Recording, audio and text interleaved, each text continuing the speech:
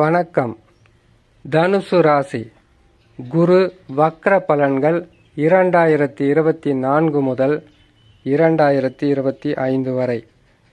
வருகின்ற 15/10/2024 புரட்டாசி மாதம் 29ஆம் தேதி செவ்வாய்க்கிழமை காலை 10 மணிக்கு குரு பகவான் வக்ரம் பெறுவார்.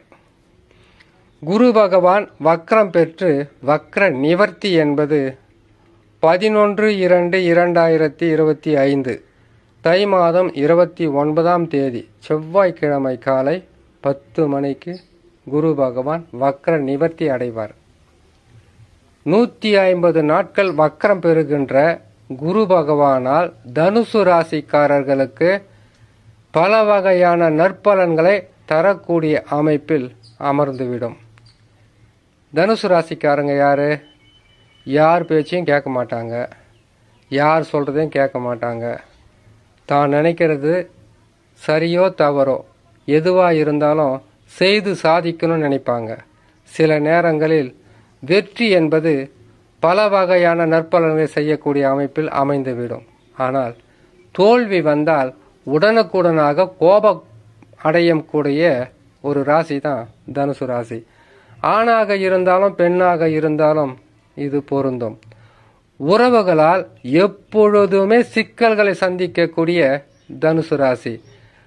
மூணாவது மனுஷருங்கெல்லாம் உங்களை எதிர்த்தோ அல்லது உங்களுக்கு கஷ்டங்களை கொடுத்தா அது பெருசாக பாதிப்பு இருக்காது. ஆனால் உங்களுடைய சொந்தம், உங்களுடைய உறவுகளால் அவ்வப்போது கிரகங்களுடைய மாறுதல்களால் பல வகையிலும் சிக்கல்களையும் மன அமைதி கிடக்கூடிய பாதிப்புகளையும் சந்திப்பது தான் தனுசு ராசி. இந்த தனுசு ராசி என்பது ஒரு தினுசான ராசி. மற்றவர்களை விட அதிகப்படியாக உழைக்கிற ராசி. மற்றவர்கள் இடத்தில் எதையும் எதிர்பார்க்காத ராசி. தான் கொடுத்தாலும் பரவாயில்லை, அடுத்தவங்களை கெடுக்கக்கூடாது என்று நினைக்கின்ற நல்ல ராசி. இந்த தனுசு ராசிக்காரர்களுக்கு உறவு சிக்கல் என்பது அவ்வப்போது வந்து போகும்னு சொல்லியிருக்கோம் இல்லையா. இந்த நிலை மாறும். குரு பகவான் வக்ரம் பெற்றால் தனுசு ராசிக்காரர்களுக்கு அப்படியே நடந்து கொண்டு இருக்கக்கூடிய கெடு பலன்கள் மாறுபட்டு நற்பலன்களாக நடக்க ஆரம்பித்துவிடும். வக்ரம்னா என்னன்னு தெரியுங்களா? ஒரு கிரகம் தன்னுடைய இயல்பான பாதையில் சுற்றி கொண்டிருக்கக்கூடிய ஒரு கிரகம் இயற்கைக்கு மாறாக தன்னுடைய இயல்பான பாதையை மாற்றிக்கொண்டு அவர் வக்ர என்பது பின்னோக்கி சுற்றுவது தான் வக்ரம். இந்த நிலையில் குரு பகவான் 150 நாட்கள் அமருவார். அப்படி அமரும்போது தனுசு ராசிக்காரர்களுக்கு குடும்பத்தில் ஏற்பட்டிருந்த குழப்பம், செய்யும் தொழிலில் ஏற்பட்டிருந்த பிரச்சனை, நம்ம இந்த ஊரில் வேலை செஞ்சுக்கிட்டு இருப்போம், அடுத்த ஊருக்கு போகிறது, அடுத்த ஊரில் போய் வேலை செய்கிறது, இனம் புரியாத மனிதர்கள் சேர்றது, இல்லைன்னு கேட்டிங்கன்னாக்கா நம்மளுடைய உறவுகளால் பல வகையில் பாதிப்பை சந்தித்து அதற்கு பிறகு நாம் செய்கின்ற தொழிலுக்காக இடம் மாற்றிக்கொள்வது, இப்படிப்பட்ட பாதகங்களை தருவது தான் இப்போ இருக்கக்கூடிய கிரக அமைப்பு. இந்த கிரக அமைப்பாகப்பட்டது குரு பகவான் வக்ரம் பெற்றவுடன் மாற்றங்களை சந்திக்கலாம். காரணம், குரு பகவான் ஒரு சுபகிரகம்.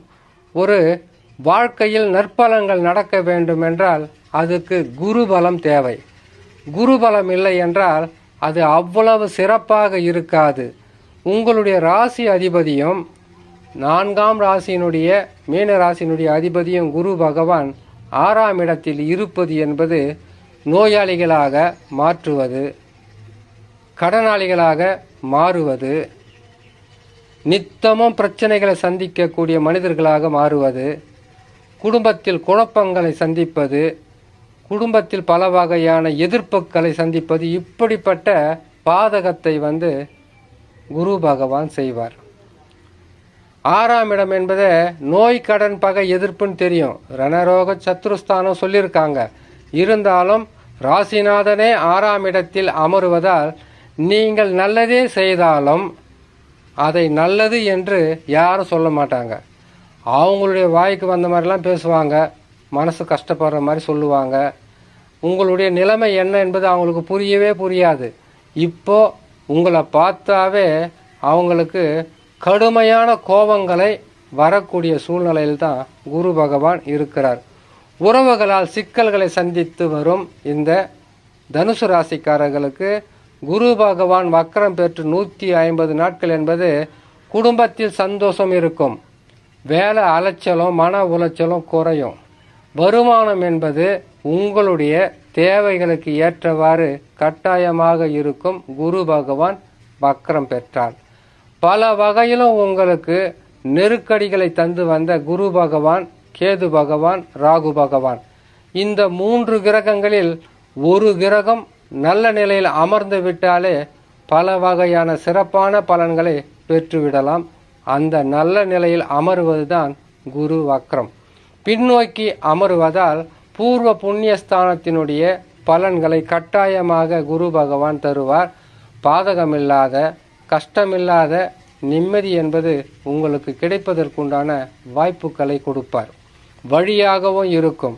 இப்போ இருக்கக்கூடிய கஷ்டமான சூழ்நிலையிலிருந்து மீண்டு வருவதற்கு குரு தட்சிணாமூர்த்தியை வியாழக்கிழமை தோறும் வணங்கி வருவதும், ராகு கேதுக்கள் சரியில்லாத இருக்கின்ற இந்த காலகட்டத்தில் முடிந்த அளவுக்கு நவகிரகத்தில் இருக்கக்கூடிய ராகு கேது பகவானை வணங்கி வருவதும் மன ஆறுதலையும் உங்களுக்கு உண்டான மன குழப்பங்களிலிருந்து மீண்டு வருவதற்குண்டான வழியாக இருக்கும். தனுசு ராசிக்காரர்கள் குரு வக்ரம் பெற்றவுடன் இயல்பான வாழ்க்கையும் சந்தோஷமும் கிடைத்துவிடும் என்று சொல்லி இன்னொரு நல்ல பதிவில் உங்களை நான் சந்திக்கிறேன். நன்றி, வணக்கம்.